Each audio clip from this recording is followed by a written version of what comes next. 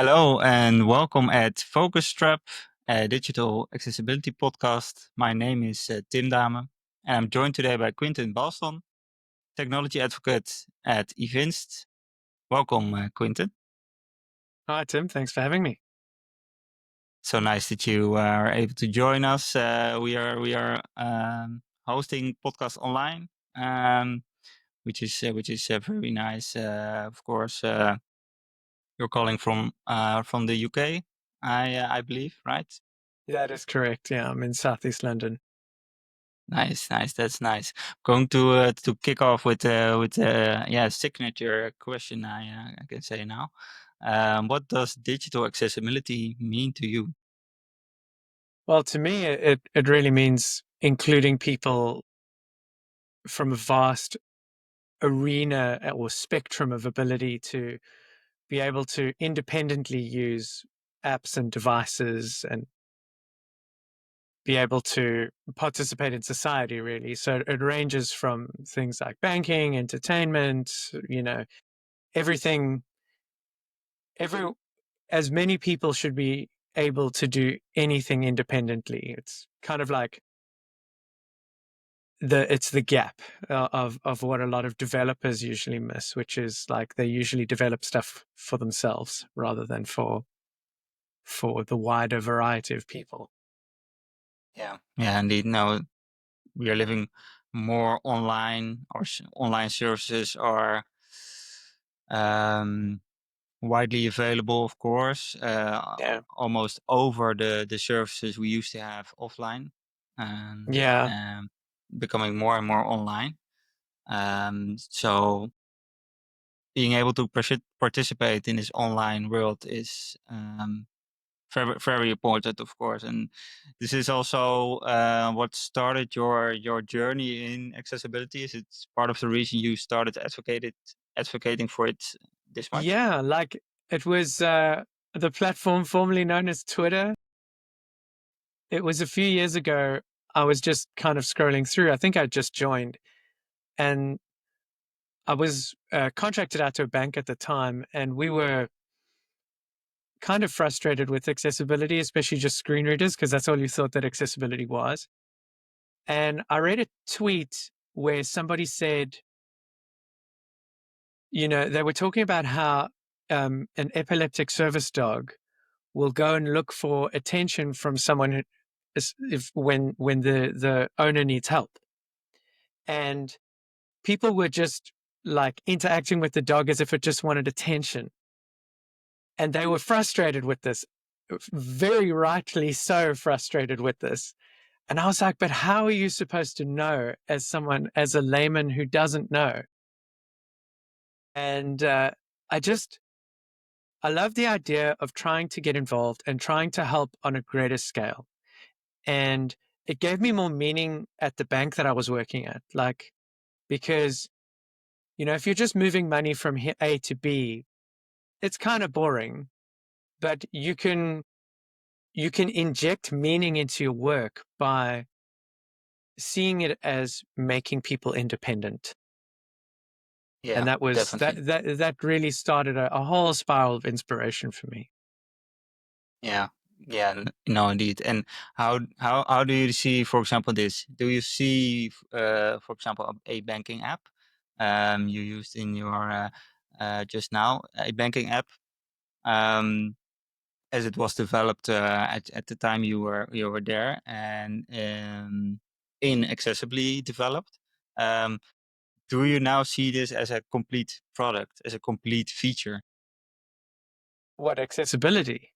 Well, or no, or the the banking app that was not accessible at the oh, time. it was unfortunately Yeah, a cross-platform, and uh it was a mix of cross-platform and native, so the screen reader would actually change accent from when it was in the native stuff to the cross-platform stuff. So it was really not good.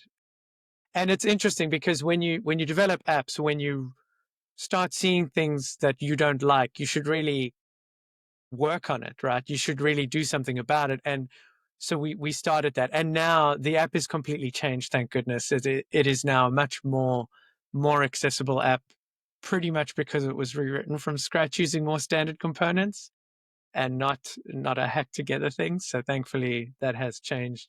And that was many years ago as well, thankfully. Yeah, no, indeed. But this was your journey into getting started with accessibility. This was your Yeah, first. that's really my first introduction was kind of these two things happening at the same time. Being very afraid of screen readers, and I'm an Android engineer from back in the day. Being very afraid of screen readers, how to use them, turning them off is the biggest problem for someone like me. Uh, and then just learning all the gestures, learning how people actually use them. But then I got roped into trying to automate things because I'm a huge fan of test driven development. So writing reliable deliverable code is something I'm really interested in. And when we got put on the National Health Service app for the COVID-19 pandemic, I got put on the Android accessibility side of things, and we were really trying to be a AAA level compliant app. So it was really cool taking the audit from auditors and being able to say we've got to fix all of these things. I didn't have to question, whether it was AAA, AA, single A. I could just go with it and learn as I went and try to implement everything, and that was really cool. Wow. Yeah, I think this sounds like a really great project to. Well, of course, first this is what's broadly used, so Mm. the audience was as broad as possible. Yeah, Everyone needed to be included, so this is, I think, absolutely. good selling point for making for saying, okay, this needs to be as accessible as possible. Of course. Yeah. Well, that sounds great. And Yeah. how did this go? Well, it saved a lot of lives, which was amazing. The most disappointing thing, especially from an Android point of view, is because of the fragmentation, a lot of people were excluded purely because of the cost of their devices. So, like, if you can't afford a device with Bluetooth Low Energy, you then couldn't be included in the app, and that was a sad reality to kind of face. So, dealing with that was difficult, but it was enjoyable to see the accessibility of it come through. And there were other ways that people could participate aside from the app. So it wasn't app alone. So that was at least useful, but cumbersome when you weren't on the app. Yeah. The app was the go-to, I think, or and it's very accessible to make also non technical options available, of course, which probably you did in terms of the COVID app. But Yeah, and the how team did was the amazing. yeah how did the project end up? How accessible or not did you end up? We got double A plus rated, and I think it was the first app. It's got a weird. It had a weird accreditation or something. It was like medical device as an application or something. It had a weird term, but it was the first one of that kind Mm. in either in the UK or something like that. But it was a very cool app that everybody knew. Whether they liked it or not is another story. But it was designed to protect lives, and uh, from a scientific point of view, we've documented and published research that showed that it did save lives. So very cool from Well, that I area. think great project, and Yeah. this probably also kickstarted your accessibility journey. You can imagine that you've Yeah, that learned put a it into lot. hyperdrive. Yeah. I then really got into using all the different assistive tech. I really wanted to see what I could code, and Android being so open source and Mm. available to a bit of hackery and that kind of thing, not in terms of the final product, but in terms of how you develop and discover things, was super, super useful. Yeah, because Yeah. for iOS side, it's more protected and more not as open to for this hackery stuff. Yeah. I can imagine. And Yeah, so and Windows stuff as well. I mean, not to point the finger at Apple specifically, but like just TalkBack for Android, for example, is completely open source. You could download the code and deliver your own screen reader with your own little tricks in it to try and discover things. Like I have a version that I added commands to it for developers that they could use from the terminal to control how the focus works, aside from having to know the gestures. And then I put it into a user interface. So I made essentially a interactable cheat sheet where you don't have to use the gestures to do the actions. You just click buttons inside the IDE. And that's because it's just completely open source and freely available to do. And yeah, and really cool to play around with that. And it saves a lot of time because you like all the in knowing where these settings are, how to change them. And it's not just screen reader, but just the whole ecosystem. It's very cool. yeah, I can imagine. I can, and also my initial thought was that iOS was more the more accessible option. But I think with Android you can go into, if you want, and if you do it, then you can go more into detail. Now that I think about it, so you can end up with an even more accessible app. I think the opportunities for accessibility are fantastic. And I love the idea of having like an accessibility arms race to like get who can be more accessible. I think Apple definitely has a culture of accessibility that dives a lot deeper than what Android folks do. So even though I think Android can be more accessible, I think Apple folks practice it more. From what I've seen in communities, it's not always the rule. I see. Yeah, Yeah. yeah. It's actually, so I'm more like a front end developer, so I'm more into web development. All right. But speaking to native developers, it's to me it's really strange because the web is unified, right? But with native, there's like the Android side and the iOS side, right? How Yeah. that And they're completely different operating systems and different ways of working. I think one of the big mistakes that people make is they just call it mobile, and it's like that's not how this works at all. It's it's two completely different fields. Yeah, yeah, I can and imagine. I can imagine. and Apple does some really cool stuff, like just out of the box, like the whole operating system, for example, controls your keyboard focus color. So if you don't need to do that. But Android has the idea of accessibility services. You could totally write one. I've tried unsuccessfully too, but you can do it for folks if you so desire. Yeah. That's awesome. And as an Android developer, I get the feeling that for example, as a web developer, front end developer, in once you get started in your career, at some point you have the feeling, okay, I know about this thing called accessibility. I see some area labels surrounding my code, and I see, so at some point you know about accessibility, but some people just tend not to get into it or don't. Mm, is it the same thing with Android or native Oh developers, you'd yeah. say? Yeah. Yeah, I think it can become overwhelming very quickly. And sometimes you see inklings of it and you don't realize that you're seeing it. Like I believe everybody actually does work on accessibility. Everybody knows about it. They just don't realize the extent to which they know about it. So for example, if you make a button that's too small to click, they'll make it bigger so that they can click it as a developer, but they don't realize that someone who's less confident on their motor skills or their hand-eye coordination isn't as good, they don't they might think to make the button bigger for those people, but they might not think why, and they might not know how big. And it's the same for color contrast. I remember as an engineer, I hate choosing colors, but at least with color contrast, I know what colors not to pick. And I think accessibility provides amazing guardrails in that respect. Yeah, It for it sure.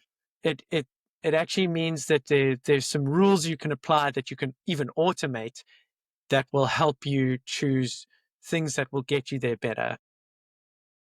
But I think a lot of people see accessibility, especially when they look at the web content accessibility guidelines and all of that. It can be very overwhelming to like try and take all of this on at once, and you end up feeling like it's this sort of gremlin in a cupboard that you're scared to open the cupboard kind of thing. Yeah. And you want to, and not only the criteria, but then the testing of it, all the assistive tech and all the settings and stuff. Like for switch access, how are you supposed to get access to switches and know that you're doing it right? You can watch tutorials online, but there's such a wealth of experience out there from actual disabled people that you can learn from. That's just amazing. Yeah. And is it But something it's you big. used to do often or still doing? Is Oh, I still testing do. together with users? Yeah, testing with users is paramount to me. Like, I I don't believe that I use the tech right until I've seen someone using it. Because I used to, for example, with voice control, because of my South African accent, these voice control systems are not designed for me. And when I try to say it, I scream at my phone, swipe down, swipe down. And it turns out you need to say scroll down. And that articulation of the scroll helps it a lot. See, And I see. yeah, and I got that from watching users actually use the stuff. Yeah, even small things like this can be of great value, right? Yeah, And also getting into the realm, you eventually get also into the realm of like preferences. Some yeah, users tend to like this more, some users tend to like yeah. this more, and then you, yeah, of course, you need to eventually, um, based on these things that you see, make the right decision. But yeah, I think well that's Yeah, I still. think it's huge because trying to give people the options that suit them, like Android's very good at, for example, the time to react or time to take action setting. Like you can, from an operating system perspective, say, I need extra time. One of the more disappointing things about that setting is inside the setting in Android, it says, hey, developers might not know about this, so it might not happen. Mm-hmm. So I try to talk about that setting every time I get an opportunity because that is such a lovely way for you to get some information from your user without having them to program a setting in your app. No, Yeah. definitely. And is that's like a default Android feature that you can enable easily when Yeah, in your accessibility settings, there's ah a time to take action, I think is what it's called. great that you mentioned it. Um, talking about bigger organizations. I think we both have some experience working for big organizations with lots of different engineering teams, for example. Yeah. Um, and my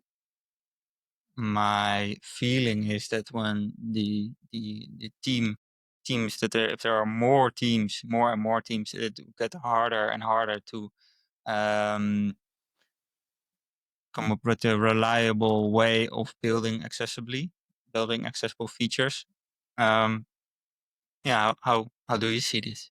Well, I think training is an amazing thing to do with folks, and not to you shouldn't really just push them into here's a screen reader, go ahead.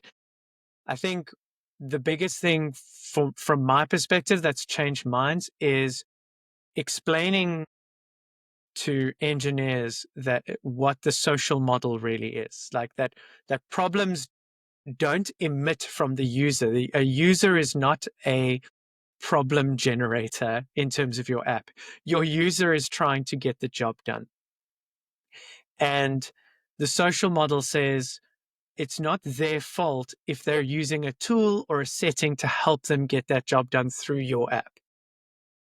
Rather than expecting them to be fixed, which is what the medical model says, we should we should make sure that our experiences cater to a wider variety of people and a wider variety of settings and services that already exist on the phone. So I think training in its positioning in the business environment and education environment, I think education is severely lacking when it comes to accessibility.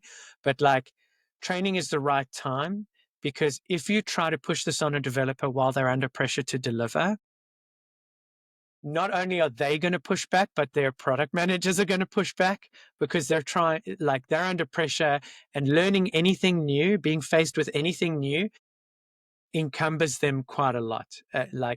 I'm not saying you shouldn't do it because it's important, but it's just understand you're naturally going to get more friction from them when they're busy trying to release and under high pressure.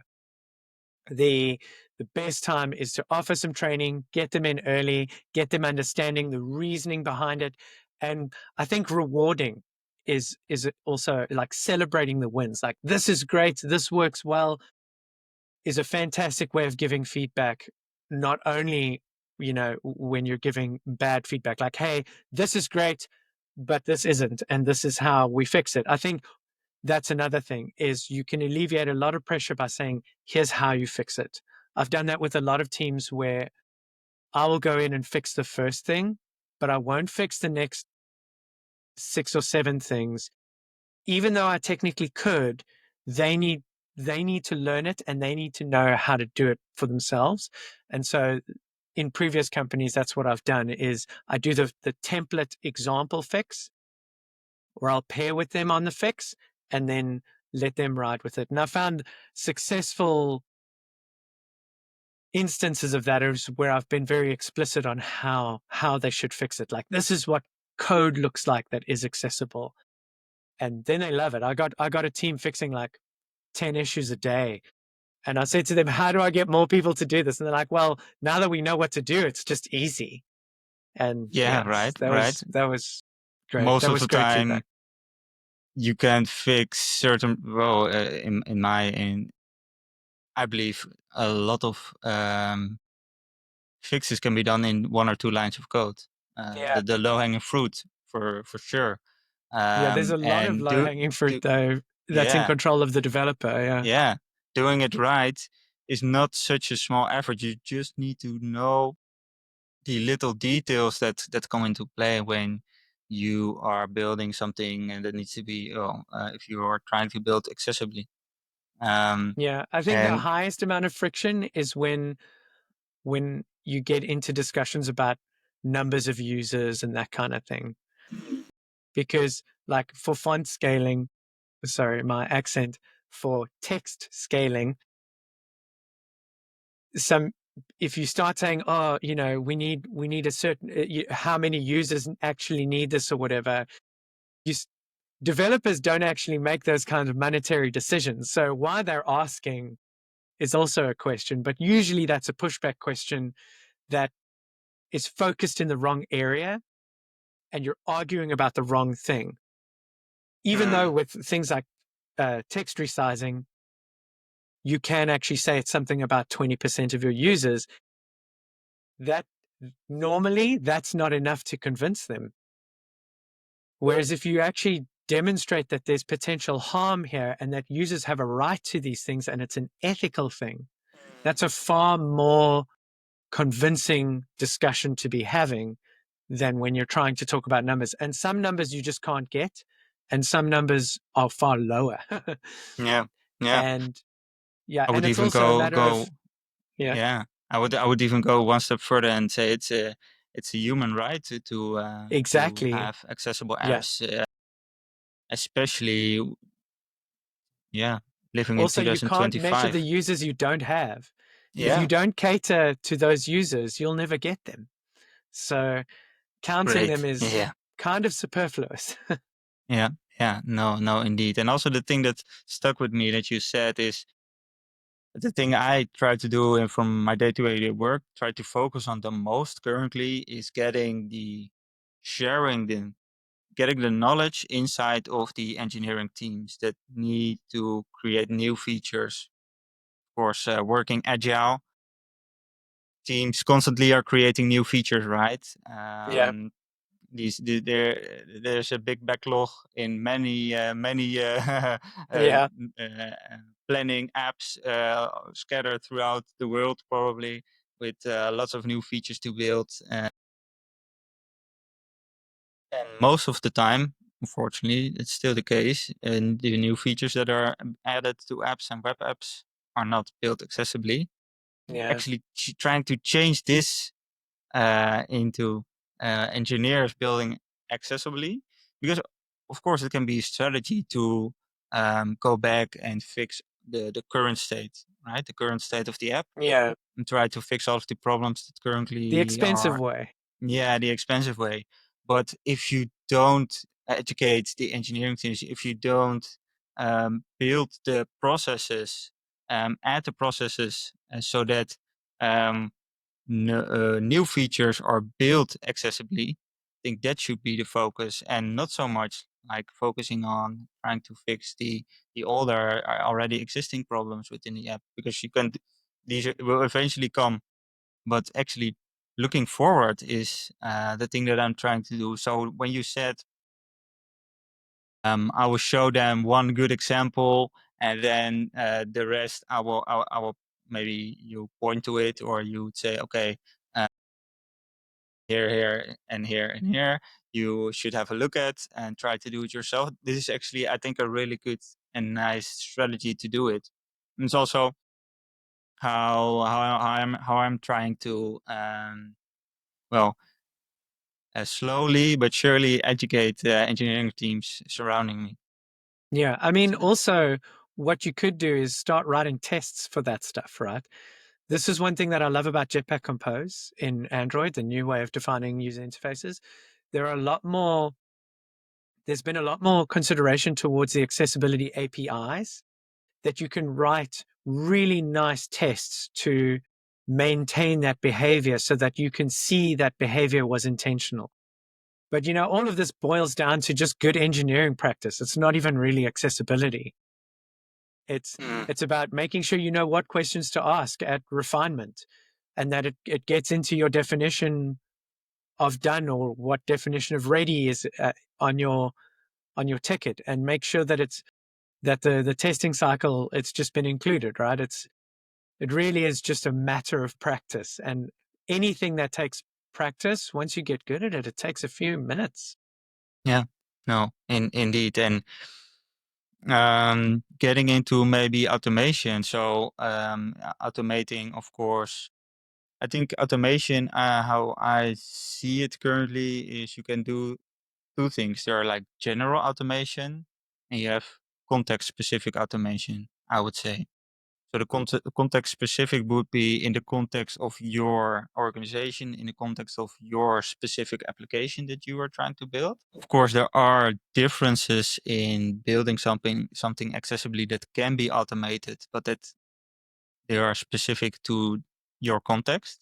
Um, and I think there are possibilities to also automate in this way, but also general things. So how should a button behave?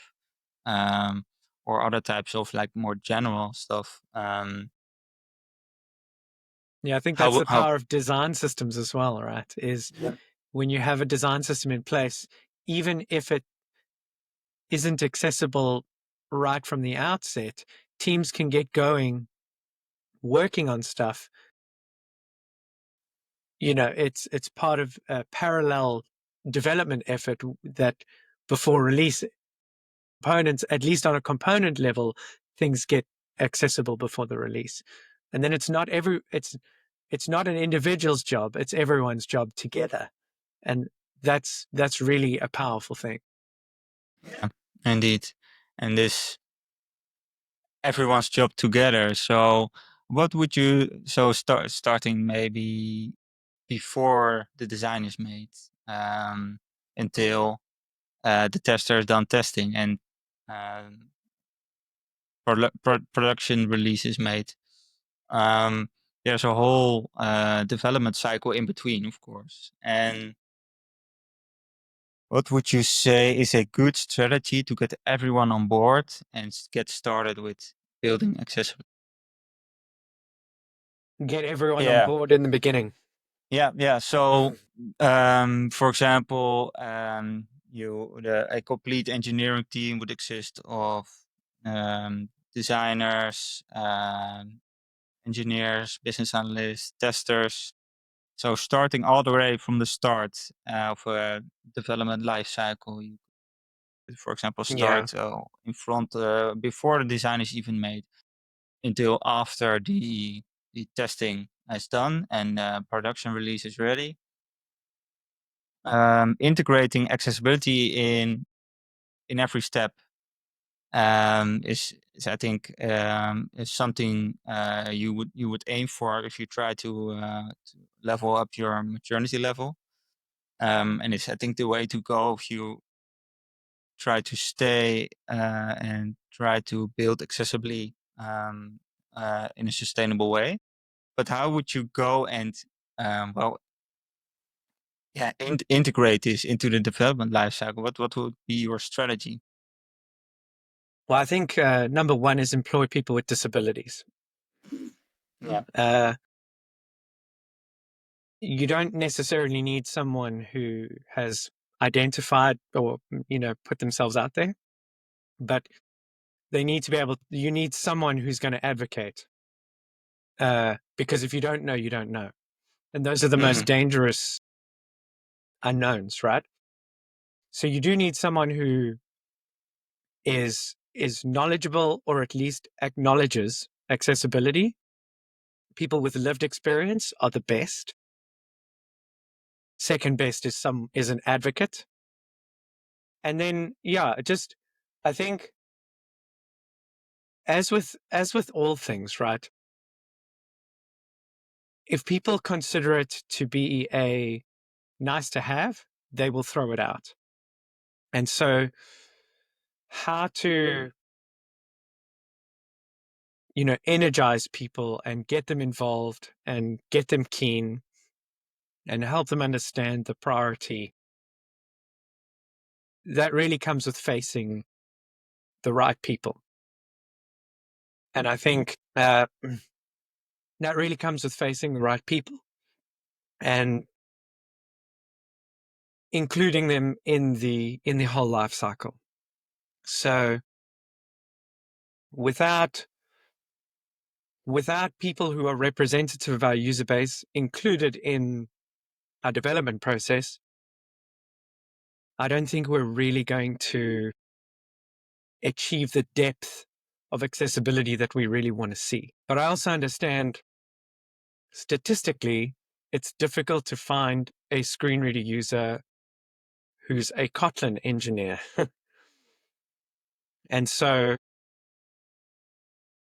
it becomes a matter of training. And I really think that our education system needs to include digital accessibility as part of any like software engineering course. I think that's businesses are actually undertaking a lot more than they necessarily should in terms of that kind of training. And yeah, it's something that the disability community has said for years is nothing about us without us, right? And so making sure that they are included either in testing, development, research. And that's actually another area that a lot of people don't really consider is a big organization should really start with measurement. They should say, how much of our user research includes people with disabilities?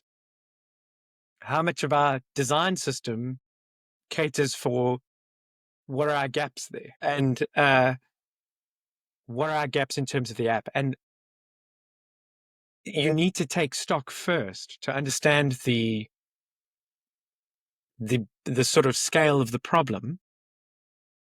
But that doesn't mean you can't start. You can say things like, hey, let's work on what we can. Let's tell the developers to just work on role name value.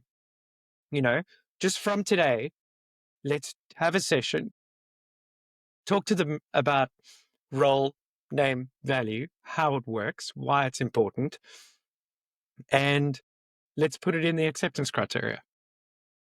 Let's tell designers they need to put headings. Yeah, what you mentioned, and integrating this into the university studies. Yeah. I think there's also part to do for tutorial YouTube creators as well. Start integrating this, mentioning it during a tutorial. All right, or Yeah. actually caring about it. Yeah, Because there's a lot of opportunity starting for out, influencers, right? I'd yeah, love to see there are a few influencers that are out there that are very cool. There's carry on accessibility. It's Carrie. She does a lot of screen reader and magnifying YouTube videos. So she's a very, very cool one to watch and experience. And she does reviews on products that I wouldn't even begin to know how to use. But she's very awesome. Yeah. oh, that's great. Yeah, no, that's great. Yeah, what I think I see things moving, because if I look, for example, to universities here over in the Netherlands, um, front end, but also UX related studies are focusing more and more on accessibility, um, which is a nice thing to see, and we're going in the right direction here. But also, visibility on conferences, or Yeah. on online YouTube tutorials, crash courses. Um, there is some work to do, I would say. Yeah. And But I think presenting it as a separate thing hmm, is often the problem. Often, if you look at documentation, it's here's how you do a button. And then in some hidden corner of this documentation, oh, here's all the accessibility stuff you need to know. You wouldn't do that with security. You wouldn't say, here's how you do a password field, and then hide it in another field, how to actually hide it in, or just obscure it in the documentation, how to make it a password field. You tell them straight away. So why accessibility isn't a part of that, I'm not 100% sure. this is so nice. I love to compare security with accessibility a lot, Yeah. because, for example, working for a bank, for example, security is like up here, up really like top priority, I would say. But accessibility is on a lower end.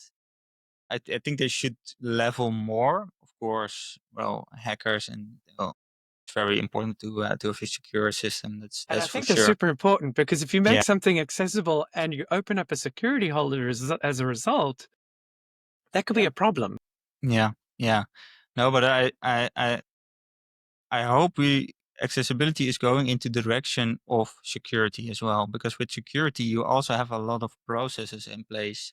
For example, big organizations have a lot of processes in place to make sure that everyone works secure by default. Um,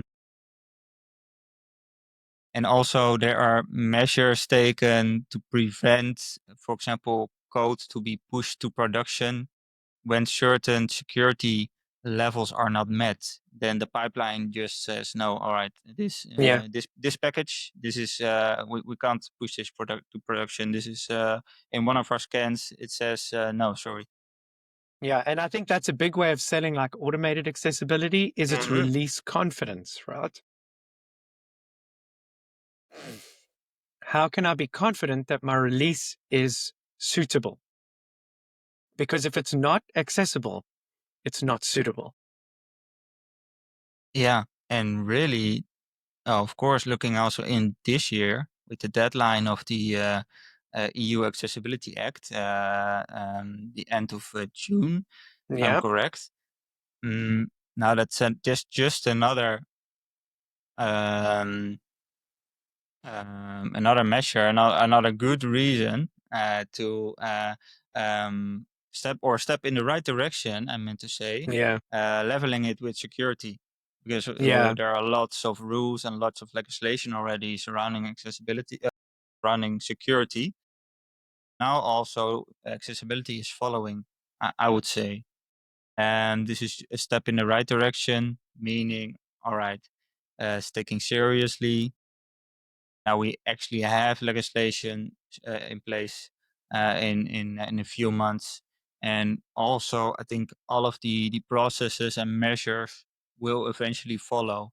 Of course, staying advocating for it is still important. There should be some champions or some people advocating for it a Yeah, little bit more. I think it needs to be a human endeavor, and it needs to be done by people who want to do it. I think anyone dragging their heels, kind of doing it out of a begrudging sense of I have to, is never really going to make something truly valuable. Mhm. You know, if you're not putting the passion into your product, you're going to get a very bland product. And accessibility is the humanity. You can't separate the two. So if you're just an engineer, if you're just a developer developing code, you are different from an engineer who builds something of value. And accessibility is that kind of required quality, more so than security, right? Security, you need it for a specific purpose. But with accessibility, it's a quality aspect that prevents people from actually doing the task. So it's this weird non-functional functional requirement, whereas security is completely non-functional. In fact, sometimes security itself is the barrier. Yeah, so I think it like you'll always need people who care, because if you don't care, it's not going to happen well. And regulation has that risk of making it very bland and Mhm. checkboxy. Yeah. I mean, if you look at what happened with the preferences dialog on the web, like the cookie settings, Mhm. companies have gone out of their way to make it Mhm. inaccessible, confusing. They make it a sort of barrier to entry, and it could be so easy. Just accept or decline, carry on with your life. It would be so easy if they did that, but instead they make you open up pages and uncheck endless amount of checkboxes just to be able to say what preferences you actually want. And the regulation has to now catch up and say, oh, it's got to be as easy to decline as it is to accept, kind of thing. But you know, this is the problem with coming up with over generic regulation.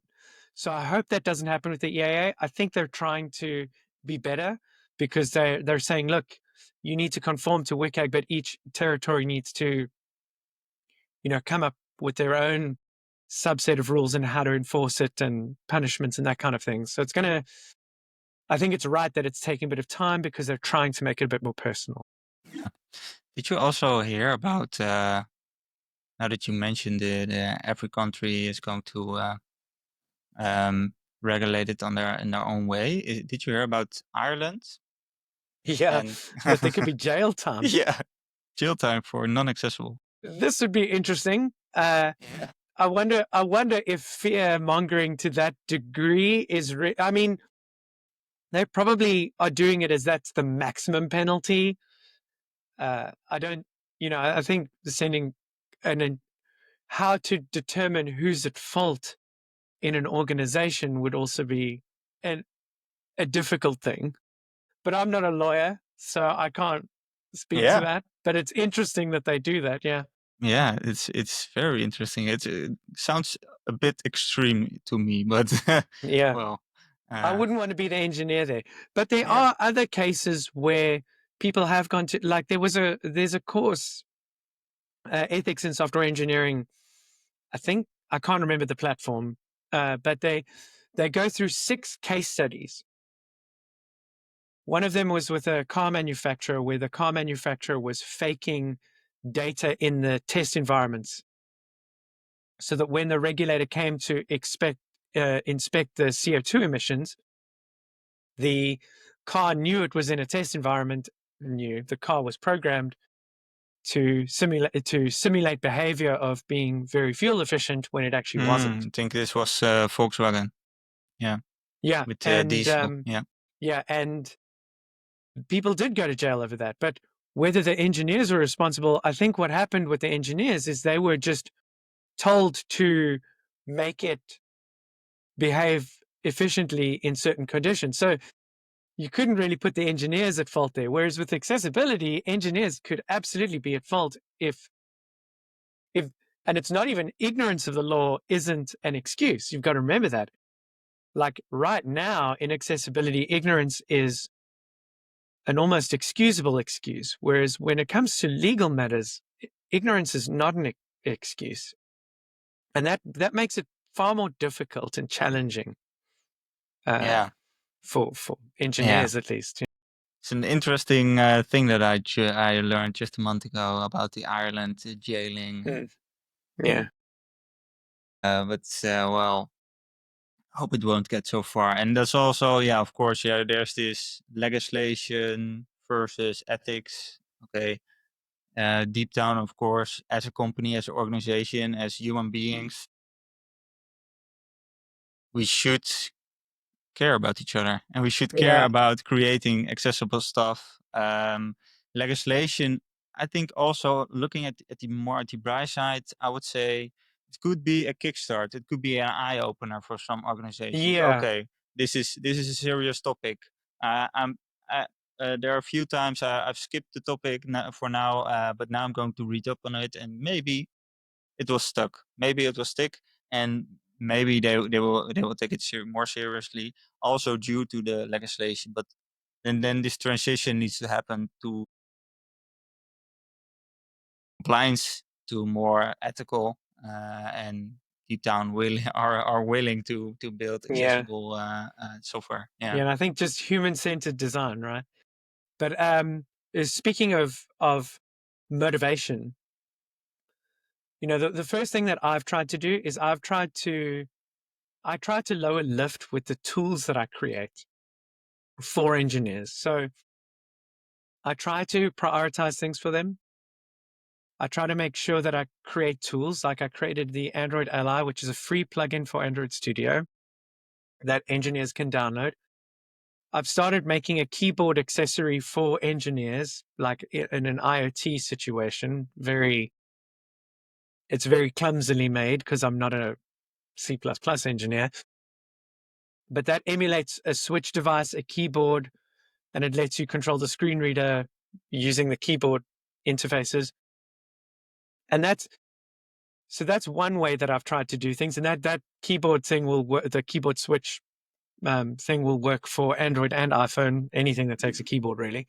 This is making accessibility more accessible. Yeah, and making it a little bit fun. I mean, like this little chip, it's called Ali Keys. This is my 3D printed little thing. This is just a thing I'm making at home. It's a teeny tiny little chip. Let me show you one of the chips here. This is a full-on little keyboard. Just doesn't have any keys, and it lets you control your phone with a website, pretty much. So lowering the lift is one thing. Education is another thing. But to really convince someone to do it, we need to inspire them. And this is what I got from a WebAIM blog the other day. He's got this triangle of motivating accessibility change.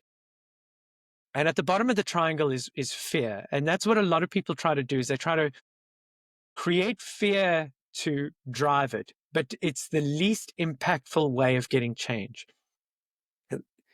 Inspiring people to do it for themselves is going to be the far more effective and long-term solution to actually doing this. And I think when disabled people are more integrated in society, and this is the sort of cyclical problem, when we create apps that exclude people from society, we don't integrate with them, and then and then we don't see them in society.